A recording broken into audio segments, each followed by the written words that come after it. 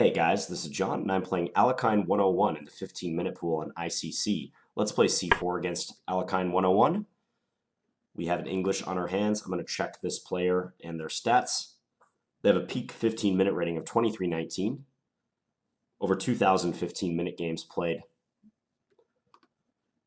I've been playing a lot of c4 and knight f3 and also d4 lately. Basically everything but e4. So I'm going to keep the trend going.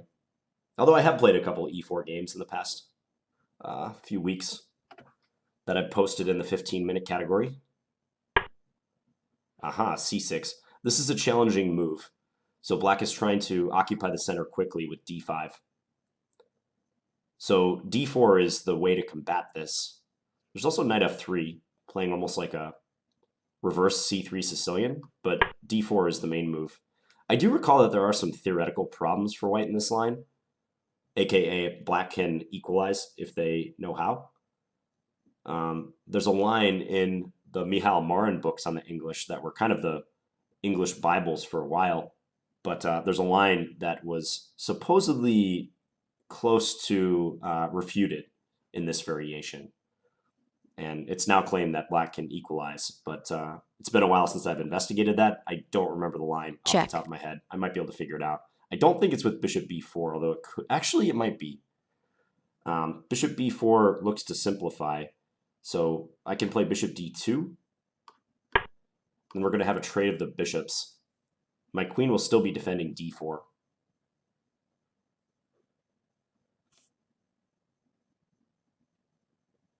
I wonder if there's any significance to the way he's spelled alakhine here, because it is wrong. It's a E instead of an A. The second vowel. Bishop back to d6. All right, I think we're going to be in independent territory now. So that move just looks incredibly awkward. It blocks his d-pawn. It does defend e5. My first thought is just play knight f3. But I could also take, and then after bishop takes, play bishop c3 if I wanted to insist on a trade. d5, maybe.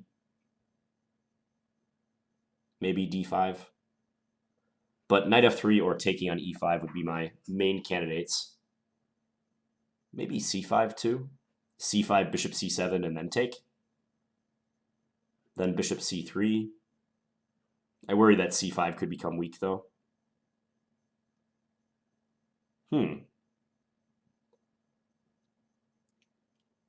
If knight f3 and he takes on d4, I take with the knight. It is nice that my knight could go to f5.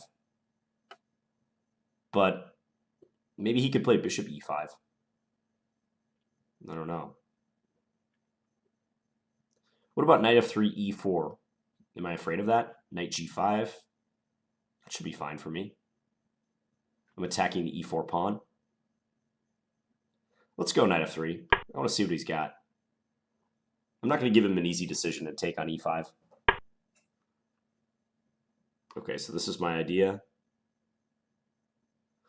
e3 doesn't do anything because if bishop takes, and if bishop b4 check, I can block with my knight.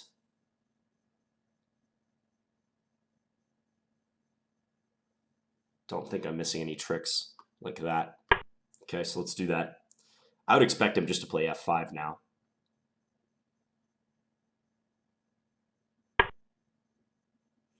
And here, it crossed my mind that c5, bishop c7, queen b3 might be a move.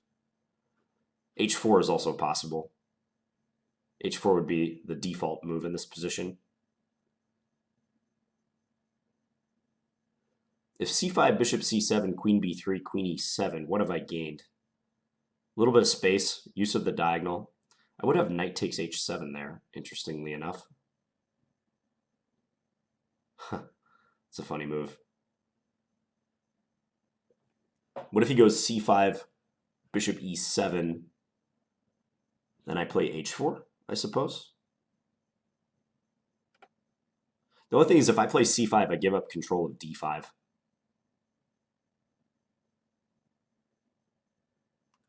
Let's say c5, bishop e7, h4.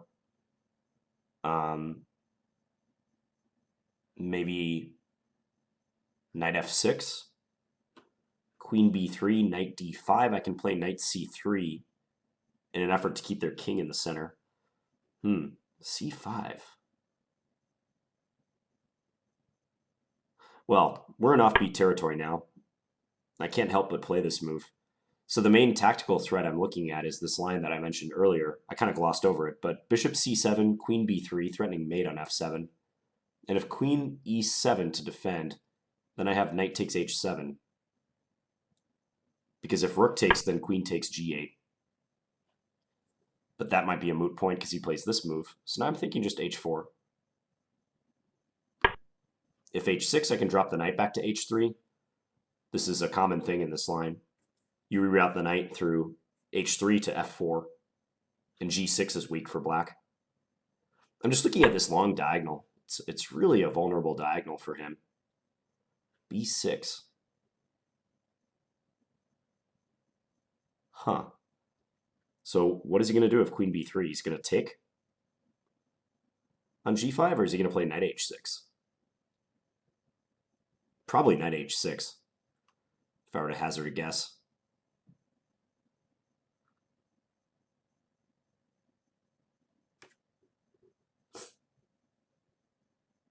I'm going to play this anyways. It's almost like a tempo move. If he takes on g5, I can take with a pawn. And here I was thinking maybe bishop h3. So that if they take on c5, I could play bishop takes f5. Maybe c4 is a problem then, though.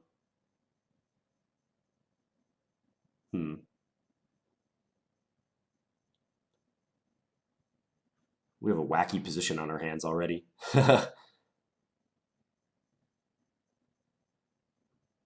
like a way to continue the initiative, but there might not be one. If I take b6, they get to take with the queen, and that endgame seems pretty acceptable for them.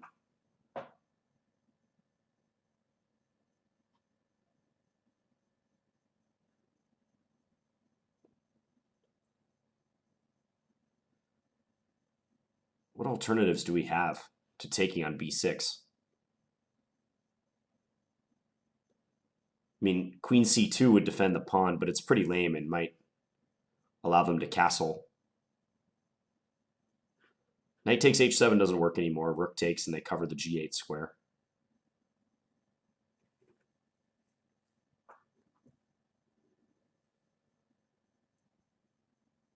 I had a slight feeling that queen b3 was superficial, but I really couldn't resist playing it.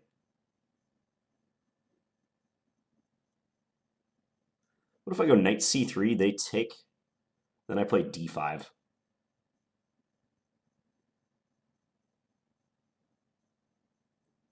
Do we really want to block the center like that, though? I don't know.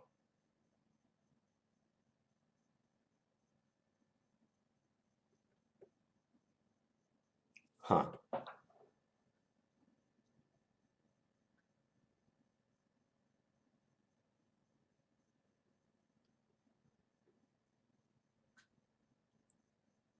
I could also play knight back to h3, trying to go bishop takes h6, but that doesn't really do much. I might just have to bite the bullet and take on b6. And then if queen takes, just trade queens and go into that endgame. It's not a terrible endgame for me. It just... I had hopes of attacking. Sometimes you have to change your plans, though. If I don't do that, I'm sacking a pawn for what looks to be dubious compensation. What about f3?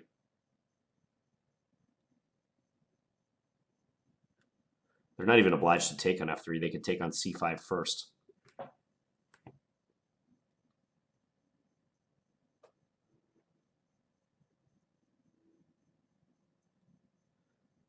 Let me look at bishop h3 one more time. So if bishop h3, idea bishop takes f5. Say bishop h3, b takes c5. Bishop takes f5. Now I was worried about c4. Queen takes c4, d5.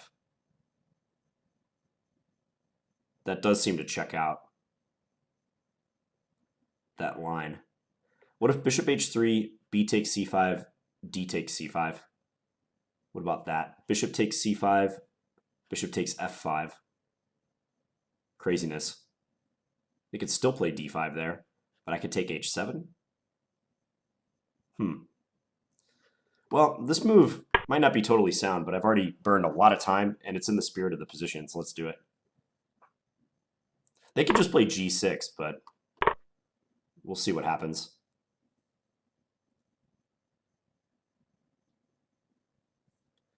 He's playing very quickly in a complex position. Knight a6. Okay. Might be a good move.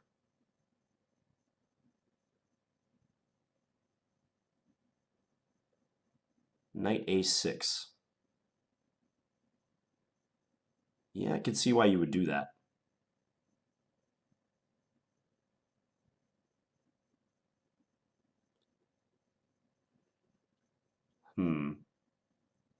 All right, I'm going to go here. I got to speed up.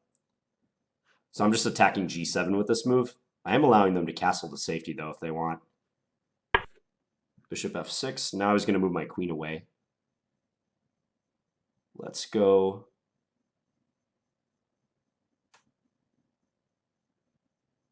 Let's go queen c. Let's go queen c1.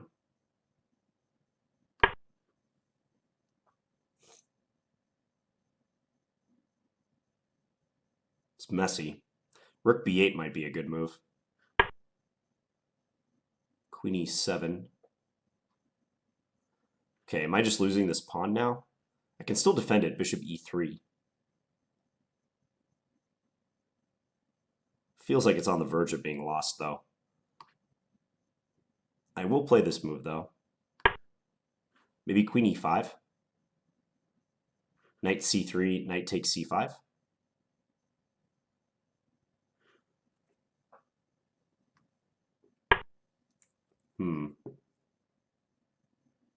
Okay, got to do this. They're going to take on c5. And I think I'll just castle then. I hope for the best, honestly.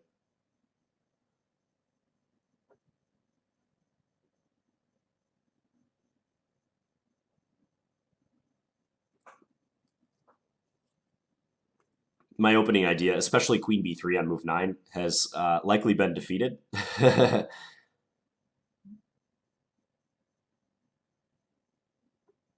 But now we'll, I don't know, we'll get to see what goes down. Yeah, let's just castle. Knight d5 is possible, but they could just take it, and I have problems with b2. I don't think I can really do anything with knight d5 until I solve the b2 issue.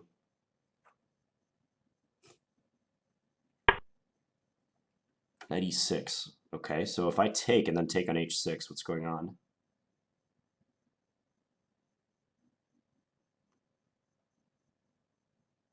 Also, I can take a7, can't I? Okay, let's just take first. Pawn takes. Okie doke. What about knight a4? Let's go knight a4. I'm hitting this pawn. Also, bishop c5 like kind of prevents them from castling. They have a lot of pawns in the center, though. My light square bishop is not good. Wasn't sure about taking on h6, though, so that's why I didn't do it. But now maybe I can do it because rook takes b2 is not possible for them at the end of that line.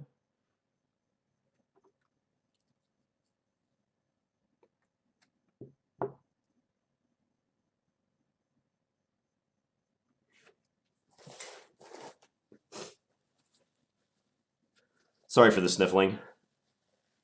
I've got this cold I've been battling all week.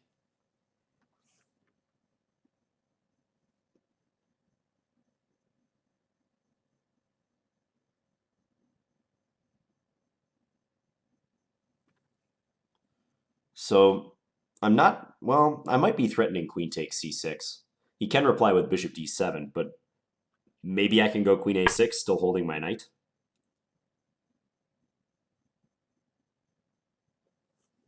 Not entirely sure. Let's just go rook d1 now. Looks useful. It helps control d6. So if castles, I still have the bishop c5 idea. I'm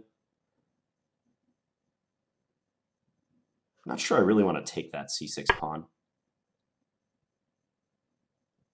Knight into e5.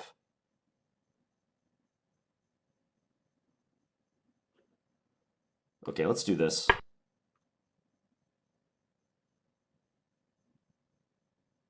I'm attacking the queen. Maybe bishop d6 and knight c5 become. His king will be stranded in the center, at least.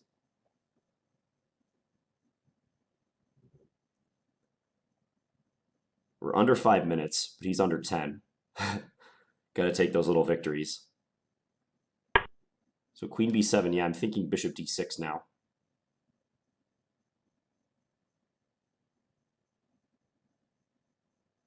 How else to proceed? I gotta work my way into their position somehow. Maybe queen f4 was worth considering.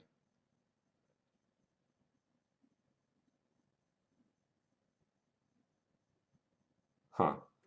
I'm gonna have them in a bind, though. Let's say rook a8, knight c5, queen b5, maybe just bishop f1, defending that e2 pawn. e3 ideas come into play. They can't castle still. It's going to be rough. Maybe they can drop the knight back to f7, though, in a bid to castle. Maybe they can do that.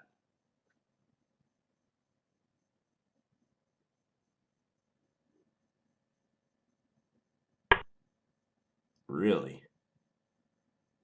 Just going to sack the exchange just like that.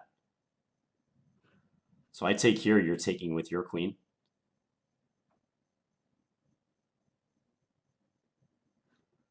Bold decision. Is it worth throwing in knight c3 first? Probably not. All right, we got to take.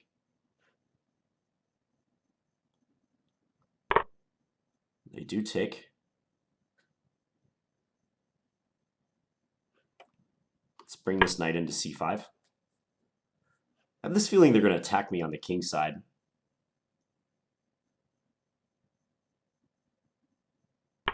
Castle maybe b4 now.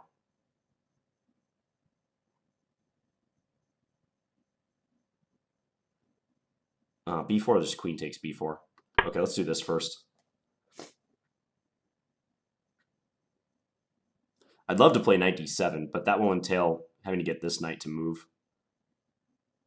So for now, I'm just getting out of the gaze of the dark square bishop and trying to go b4. My light square bishop being way off sides is a problem. I mentioned that a while back, and it remains a problem. When I played it to h3, when was it on move 10? It had a concrete threat, bishop takes f5, but once that pawn got established on e6, it's a whole new ballgame. Let's do this. Make the queen think about me pushing the e-pawn. Thing is, I don't really want to push the e-pawn, though, because I weaken f3. Who knows, though, maybe later on, e3 and popping the bishop out to c4 will become possible. For now, I'm just going to try to focus on moving my queenside pawns up the board and grabbing space over there. I can't do much on the king side. I'm just trying to keep his pawn breaks in check. I like the fact that the queen is away from my king. Because if, let's say, they were able to coordinate their queen and knight, that could spell problems for me. They could play knight c4 here, but I have knight d7 in that case. That would be strong.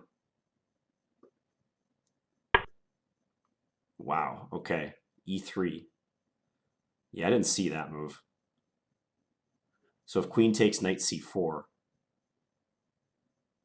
yeah, that's probably a good idea.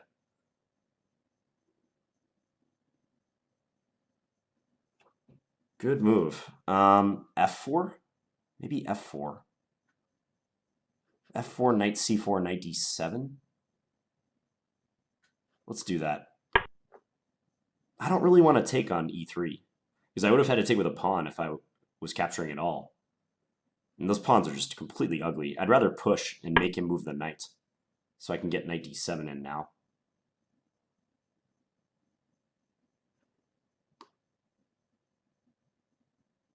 Yeah, let's do this.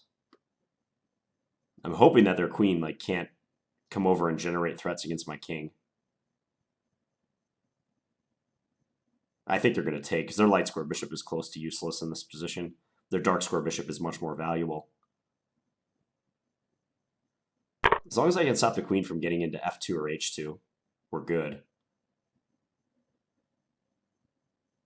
I need to coordinate fast, though.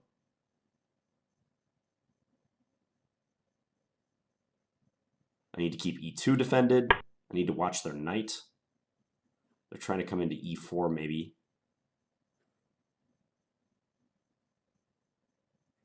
Yeah, but how much do I care? Okay, let's just go here. If a2, rook a1, they play queen takes b2, we trade, I get a7. They control g7, though.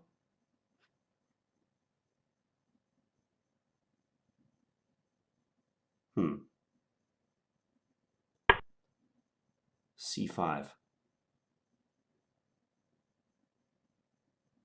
This guy's playing uber dynamically. I'm going to take that pawn.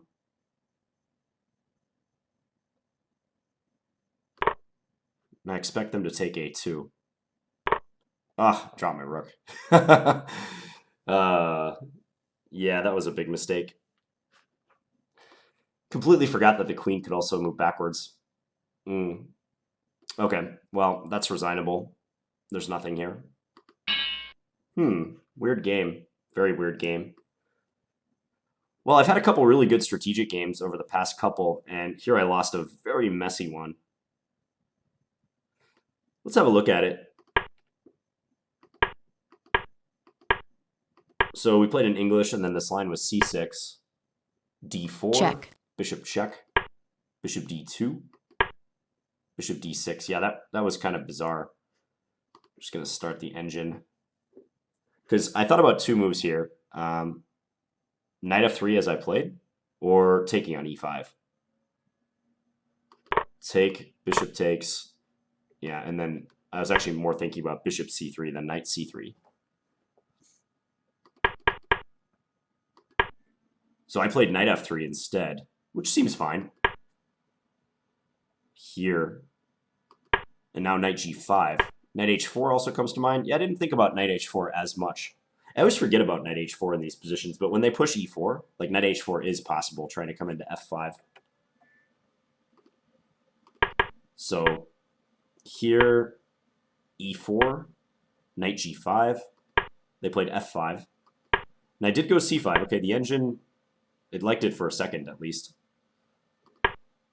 c5, bishop e7, h4. Yeah, I had trouble getting a handle on the position because he made some good decisions very rapidly. Like, I thought this was already a pretty complex position. It's certainly a unique position. Like, I'd be shocked if he had experience in this line before. But yeah, he started playing some good moves very quickly, like b6, like this undermining move. Kind of forces me to a decision, like, do I want to try to maintain this pawn on c5, or do I want to play for an initiative? Which is what I ultimately did. I tried to play for the initiative. The queen here. Knight here. Oh yeah, by the way, this bishop c7, queen b3, queen e7, knight takes h7 trick was kind of nice. It may not even be that good, but the point was that check. This is possible and white wins. I see even here black can play b6 with a messy position. But bishop e7 looks to be the better move, I think. So bishop e7, h4, b6, queen b3, knight h6. Yeah, this was a tough moment. I spent quite a bit of time here. I couldn't decide whether to just let this pawn hang and play for compensation or take on b6. But if I take on b6, I'm pretty sure I'm just slightly worse. Yeah. He can take back with his queen or pawn. I think I thought mainly queen, actually. But I thought this endgame was pretty nice for black. They have one uninterrupted chain, and I have two distinct islands. And now I think my c4, c5 idea, queen b3, all looks pretty silly. Yeah, black's just better in this endgame. So bishop h3, took the pawn, I took back. Yeah, and again, this move, knight a6, played really quickly, like, I don't know, 8 seconds elapsed on that. It's not such an obvious move, I don't think. I don't think I even saw that move. I went queen c3, attacking g7. I thought they might castle here. That did cross my mind. But I think they played another quick move, didn't they? Bishop f6 also looks pretty good. Yeah, bishop f6 might be as good as castles. Here, queen e7. Yeah, bishop e3. Rook b8, also strong. Knight c3. Knight takes c5. Yeah, that entire last sequence cost him hardly any time on the clock, and I've already burned down to roughly, 1/3 of my time remaining. And I'm -1 now. Knight e6. I did gain some play after this. Like, actually, knight e6 looks kind of dubious, doesn't it? He can just castle. Maybe he was afraid of knight d5. But if knight d5 take and bishop takes, just d6, he's going to be up a pawn, and b2 is undefended, or it's only defended by my queen, and it's double attacked. So I'd have to pull my bishop back to a3.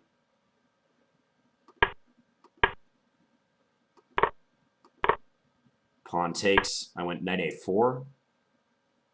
Yeah, maybe I have some compensation now. Knight a4 looks good. I thought about this, as I was saying, and then grabbing the pawn, but I didn't like the fact that they had rook takes b2. And even though their king is inconvenienced, their bishop becomes a huge factor in their advantage. I don't have a dark square bishop, and it almost cuts my position in two. I'll have to move my knight somewhere. So that's why I didn't want to do that yet. So I played knight a4. They played knight f7. I could take this pawn on c6, maybe. And then bishop d7, like queen here, I was thinking. Somehow it felt like they were going to get a lot of play, though. Bishop takes e2. Yeah, maybe there's some better way to play it. Bishop here. Queen c7 hitting the rook. Okay. It's complicated. More complicated than I really have time for at this point. I was just trying to play natural moves that looked pretty good. Bishop c5. Went queen b7. Bishop d6. Yeah, I was expecting rook a8. He played very aggressively, like at every turn. Like this queen b5 move doesn't look sound, but it gave me trouble. I jumped into c5, so now I'm +1. He castled. Rook b1. Yeah, I suppose queen c2 also is a good idea, maybe trying to come to b3, attacking the queen and also hitting e6. Because it was hard to find weaknesses in his position. Like, he's got these pawn weaknesses, but as it stands, it's hard to get at them. And with my light square bishop being out of play, there's only so many ways I can attack these weaknesses. So rook b1, queen b5, bishop back to f1. So I still have an edge, but it's smaller. Oh, I could actually play queen takes e3? I thought that was just failing in view of knight c4. Ah, queen c1. And if he takes, I can, pin b3 or e3, attacking this? Yeah, and if something like this, then here. I see. Okay, yeah, I didn't see that. In a sense, I actually kind of believed him that e takes knight c4 was going to work, because that's what I thought his idea was with e3. There's nowhere I can move my queen that also defends this, but that's pretty subtle. Yeah, again, with the amount of time I have, I don't know if I'm capable of finding that most of the time. You can play f4 too, huh? Take and then knight c4. Queen c1. Take. How does that affect things? e3, bishop a6, b3, queen f5, and go after my king. It's still messy, even though I'm ahead in material. So I played f4 instead. I thought that f4 was at least better than taking. Taking seemed very ugly. I hated my pawn structure if that were to happen. And g3 becomes weak. With f4, g3 becomes weak as well, but it's harder for him to attack it. Like his queen can't get at it. He went knight g4, knight d7. So even all the way up to the end, I'm playing pretty well, it seems. Bishop g2, c5. Yeah, and I completely blanked on the queen takes d7 threat. Totally blanked on that. Double question mark move, queen takes c5. This is about the second rook I've dropped in a week's time. I dropped a rook in another blitz game I had a few days ago. So if I would have played rook c7 or rook b7, I still have an advantage, apparently. Huh. Yeah, this is kind of a baffling game. It's a little frustrating because like he played extremely well in the opening. I'm not sure how obvious like a lot of these moves are, but like starting here, like b6 was good, undermining move. Knight h6, that was kind of forced. Taking on c5. The knight a6 move he played really quickly. That was an excellent move. Queen c3, bishop f6, and then queen e7, rook b8. And that really set the tone for the rest of the game because I had to spend so much time figuring out how to deal with this. And I really don't think he played that well after this. But yeah, I don't know. The damage on the clock had already been done. So in deducing the cause for this one, is it poor time management or is it my choice of opening line? Did I overreach with c5? It's probably a combination of those. I'm sure I spent too much time like on move number, where was it? Here, move 10. I definitely spent too much time there. But this is complicated. I'm pretty shocked he didn't spend as much time. Because he played better in that one small burst than he did for the rest of the game. And he used like far less time to play those good moves than he did for the rest of the game. So it's a little strange. But yeah, I got to do better with my time management. I mean, I can't have like, I don't know, how much, by move 10, how much time did I have? Check. Let's just see. Okay, move 10 I had, right when I made move 10, I already had burned over half my time. That's just inexcusable. I can't do that in a 15-minute game. So, all right, well, anyways, hope you guys enjoyed this wild game. I'll be back tomorrow with another standard game. Thanks for watching, guys. Bye.